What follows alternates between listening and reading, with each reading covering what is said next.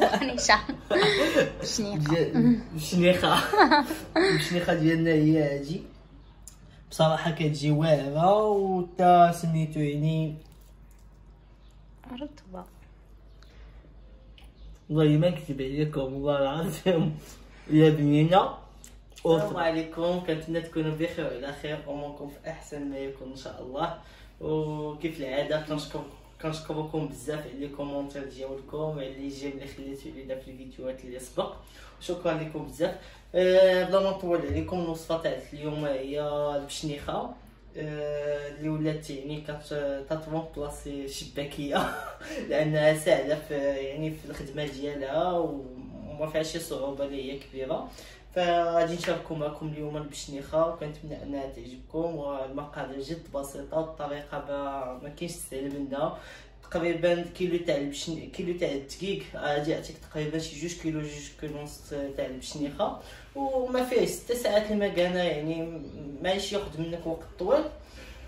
واش بغيت نقول لكم، خليكم مع الوصفه. السلام عليكم ورحمه الله تعالى وبركاته. كي دايرين عائله اختي سلمى وايوب؟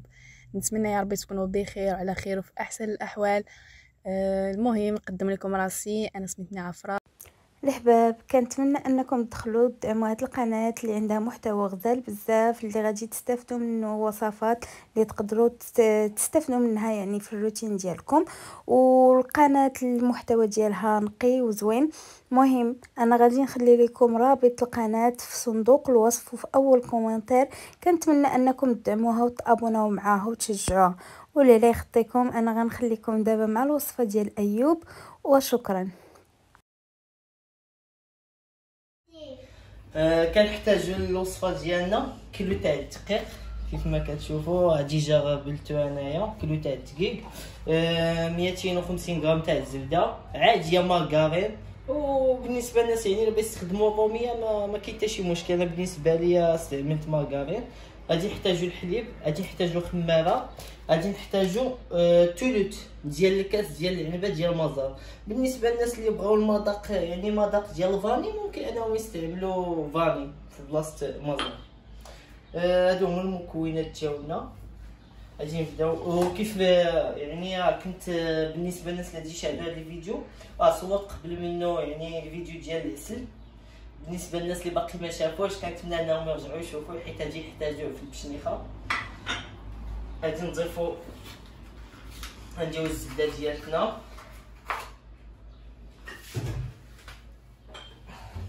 وغادي نحتاج كاس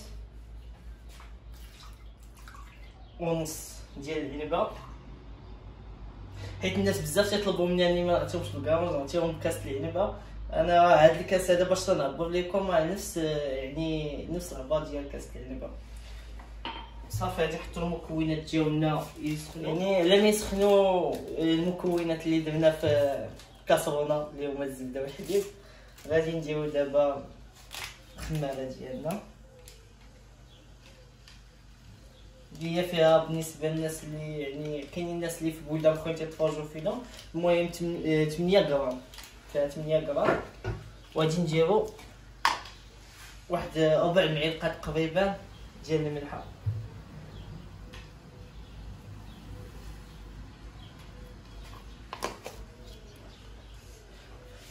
تيبان ليا يعني الحليب والزبده باقي ما دابوش، خليكم معنا على ما يذوبوا باش ما يجيكمش لي فيديو طوال. وبالنسبه للناس يعني اللي عندهم عجانه فممكن انهم يعجنوها في العجانه، ما كاين حتى شي مشكل، بالعكس اسهل لهم. حتى انا عندي عجانه بالحق كنبغي نشاركها معكم فيديو باش يعني بالنسبه للناس اللي ما عندهمش عجانه يكونوا متاكدين بلي غادي تصدق لهم. وشكرا لكم بزاف، خليكم معنا. كيف ما شفتوا يعني الحليب والزبده ديالنا دابو، غادي بقاو سخان سميتو حتى تبغي تكون سخونه شويه. وبالنسبه للناس يعني الا حرقاتهم فيديو من الاحسن يخلطوا بشي حاجه بشي سميتو تاع العود ولا تبقى دافيه شويه.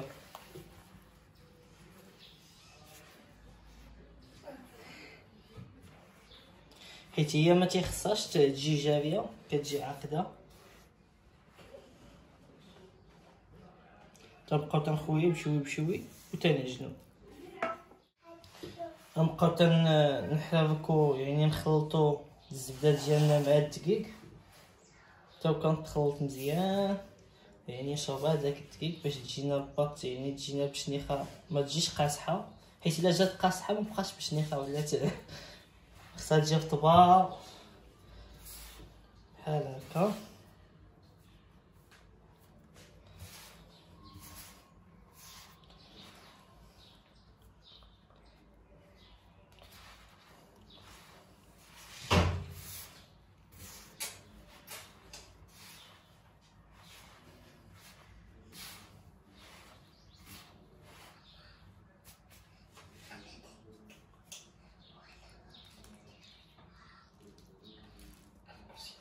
دابا غادي نجمعو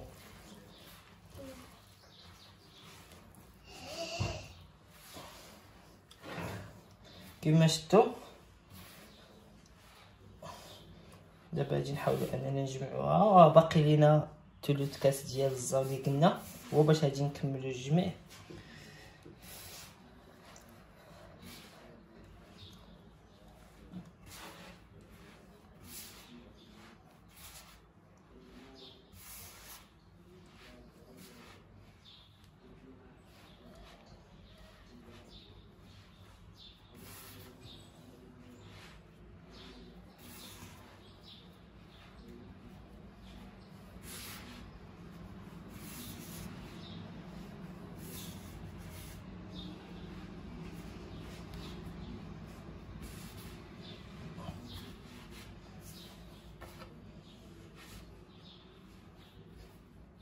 دابا نضيفو ثلث كاس اللي بقى لينا ديال الزهر، هو اللي غادي يجمع لنا.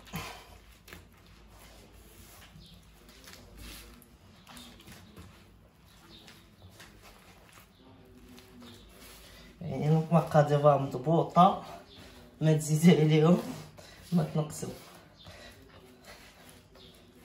دابا غادي نبقى تندلك فيها تو كان يتخلطوا لينا يعني القوام مع بعضو، ونرجعوا معكم باش ما يجيكمش الفيديو طويل.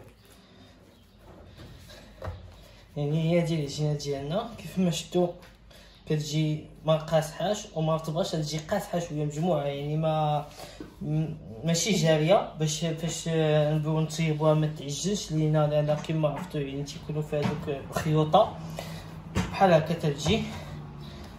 دابا غادي نقسموها على جوج باش نستحكموا فيها في الدليك كما شفتوا ناشفه، وغادي ندلكو كل شويه بوحدو. وفاش نكملوا الدليك ديالها غادي نديروها في شط بصل ونغطيوها بميكا ولا سلوفان ونخليوها ترتاح لمده ساعات المكانه. دابا خلينا العجينه ديالنا يعني ارتاحت واحد الساعه تاع المكانه، كتجي بحال هكا.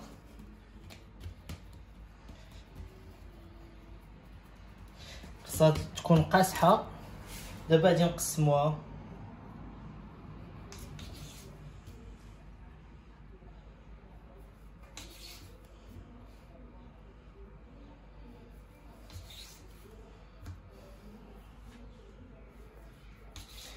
غادي نخليو الطنجره فوق اللعيبات الخل غادي يشطوا علينا.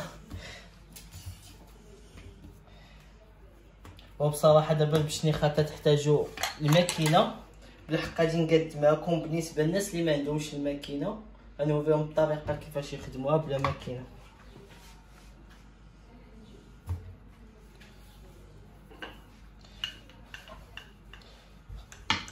غنجيبو شويه الدقيق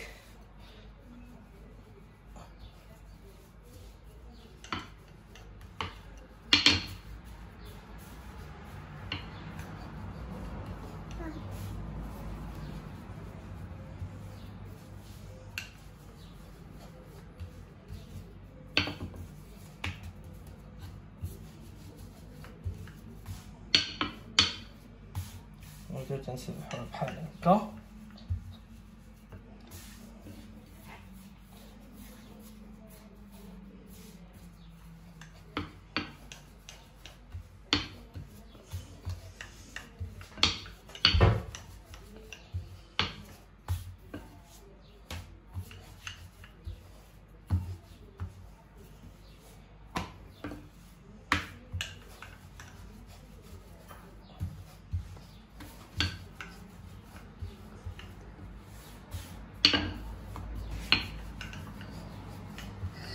خصنا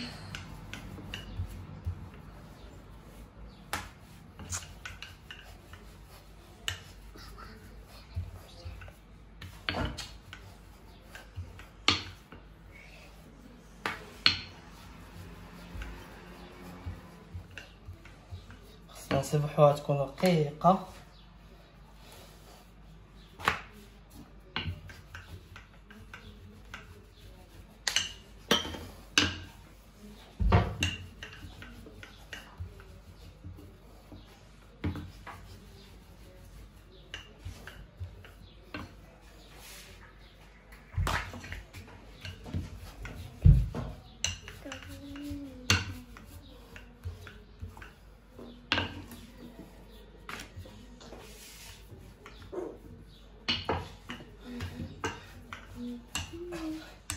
هي بصراحه في الماكينه ما كتعتبناش بحال هكا بالنسبه للناس اللي عندهم الماكينه، يعني تجيهم ساهله في التسريحه ما غاديش يتعتبوا.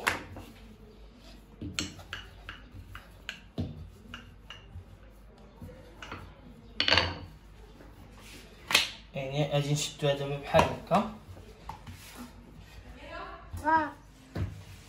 يعني كيف ما قلت لكم الماكينه كتسهل عليكم الاموريه.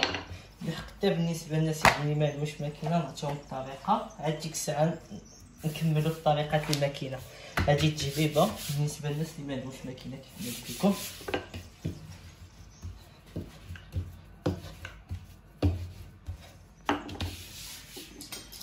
نجيو بالولو نحيدو لي شي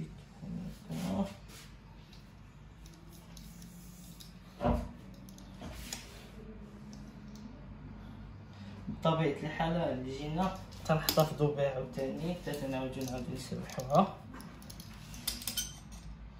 غتكون هنايا الطريقة.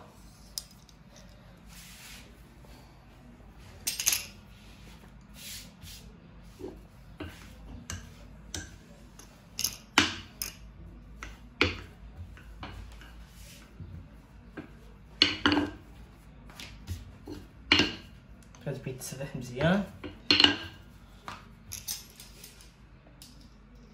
دابا غنمشيو معاه بحال هكا.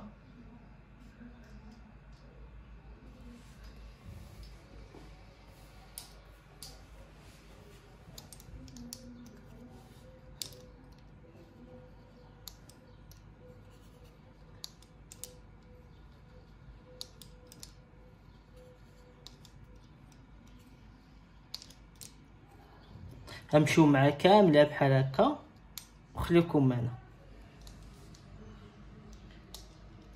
قربنا نكملو.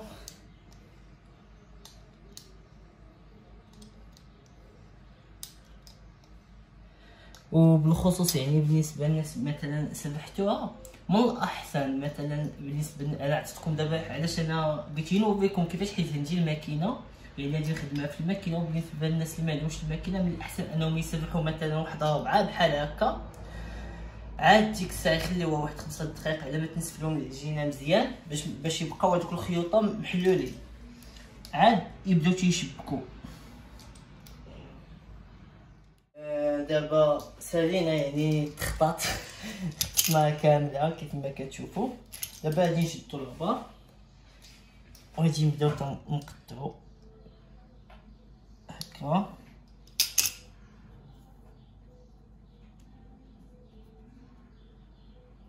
نجيو لينا بالراس نجيوها بحال هكا، نوراكم مزيان على الجناب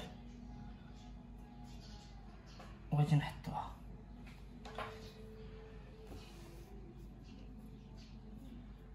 ساهله هي بالنسبه للناس يعني اللي ما عندهمش الماكينه غيلقاو واحد شويه الصعوبه، ولكن الا كان عندهم الخطر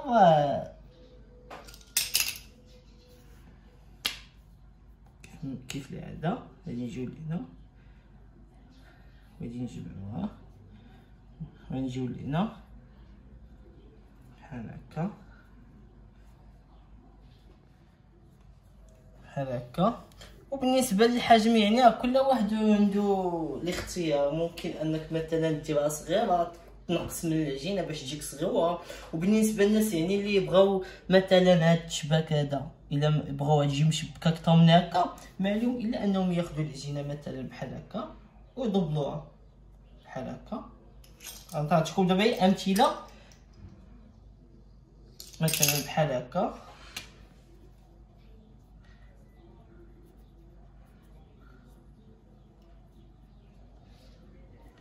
شفتوها؟ يعني عندكم الاختلاف بالنسبه للحجم.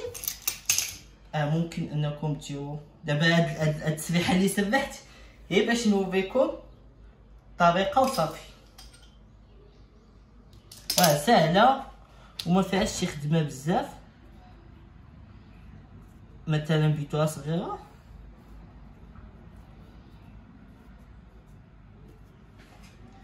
هكاك تنمشيو معاها.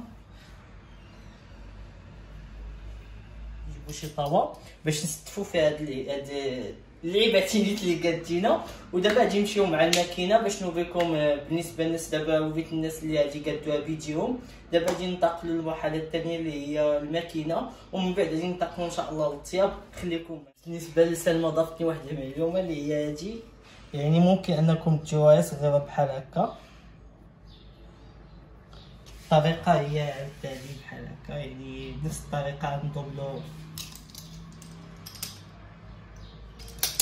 غنضربلو العجينه بحال هكا، ونجيو للوسط وغادي نزيرو، وغادي نجيو عاوتاني لهنا وغادي نزيرو. وممكن كاع تطيبوها بحال هكا، تجي بحال شي بابيون بحال هكا.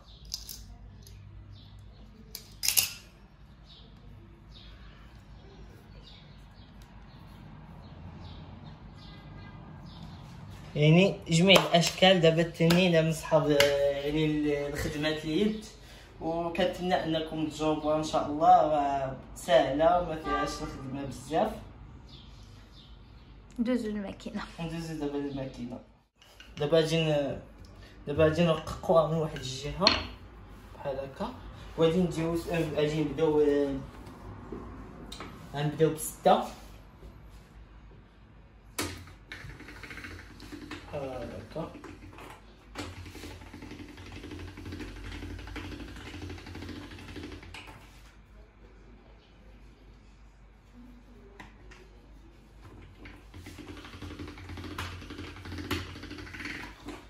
بعد ما درنا 6 غادي نوضوها 4 بنفس الطريقه. اخر حاجه اللي ندوزوها فيها هي 3.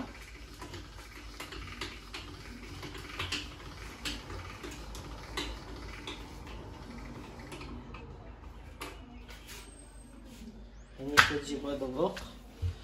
دابا ندوزوها في الماكينه في الماكينه. دوختني.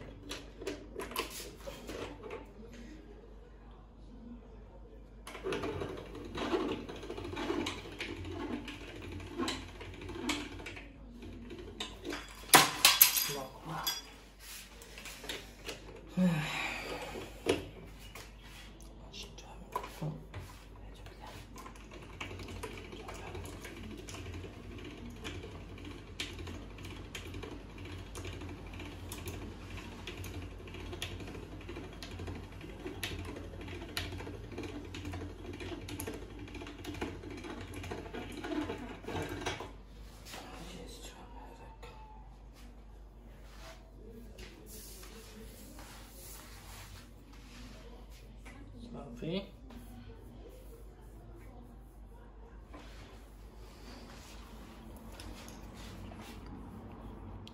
غنبداو تنقطعو على حساب العبار اللي بينا بحال هكا. تنوركو الجناب مزيان بحال هكا.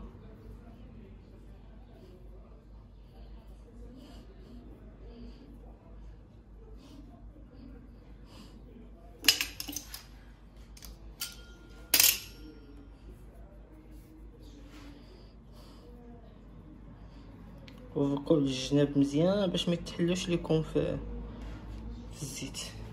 وكتجي نمشي مع عجينتي كامله وخليكم معنا بحال هكا. كنوركو عليها من الجناب مزيان باش ما تحليناش باش نلوحها في الزيت. واحده خوتها باش نوريكم الفرق ما بين الماكينه وهذيك اللي قلتيت بيديا. كيف ما كتشوفوا هادو قلتيناهم بيدينا، هادي كتجي رقيق من هادي، ولكن بصراحه في الطياب غتيجيو كيف كيف. الطياب تجي العجينه اللي عجنتوها بنفس الطريقه تتكون رطبه. هادي هي اهم حاجه، هي انها تكون رطبه وما تجيكمش قاصحه. دابا باش ما نطولش عليكم غادي نكمل العجينه ديالتي كامله بحال هكا، ندوزها في الماكينه ان شاء الله وباش نكملوا معكم الفيديو. بصراحه دابا غادي ظلام الحال وهكا غادي ظلام ليا الفيديو، داكشي علاش فكرت من الاحسن انني نصور لكم، يعني نكمل الوصفه عاد ديك الساعه نكمل المقاده اللي باقا. داكشي علاش درت الزيت هي تسخن باش نبدا نقلي. وكيف ما كتشوفوا هنايا يعني هاد العسل يلاه قديتو. بالنسبه للناس اللي باقي ما شافوش يعني الوصفه تاع العسل يدخلوا يشوفوا الوصفه العسل. وبالنسبه للوصفه اللي شاركت معكم ماشي هي ديال يلاه قديتها، هي هذه هي هنايا. هذه هي الوصفه اللي كنت شاركت معكم. هذا عليها تقريبا دابا 3 ايام سلمى، 3 ايام تقريبا اللي دازت عليها. تجي هكا يعني عسل اللي هو زوين. هادشي اللي كاين. نبداو على بركه الله، نتسناو الزيت ان شاء الله تسخن ونبداو نقلي. وبالنسبه للناس يعني اللي عجباتهم الوصفه وعجبهم الفيديو كنتمنى انهم يخليو لي جيم يعني باش نفرح ونزيد لقدام. وهادشي اللي عطا الله. شكرا لكم بزاف. نبداو القلي ديالنا.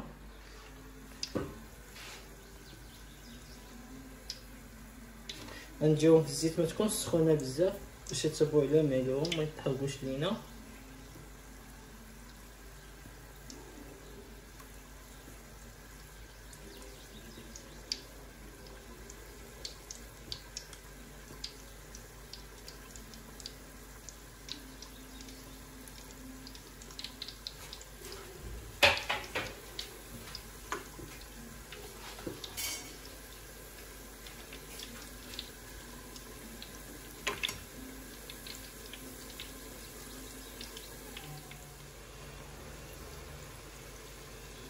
تنبقاو تنقلبوهم بحال هكا باش ما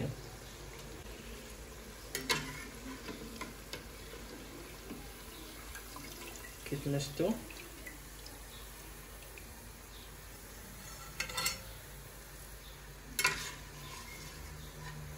والحجم ولاتني كوكت.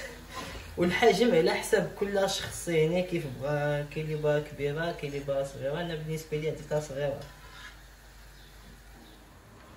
دابا غادي نحيدو هادي التسقطه.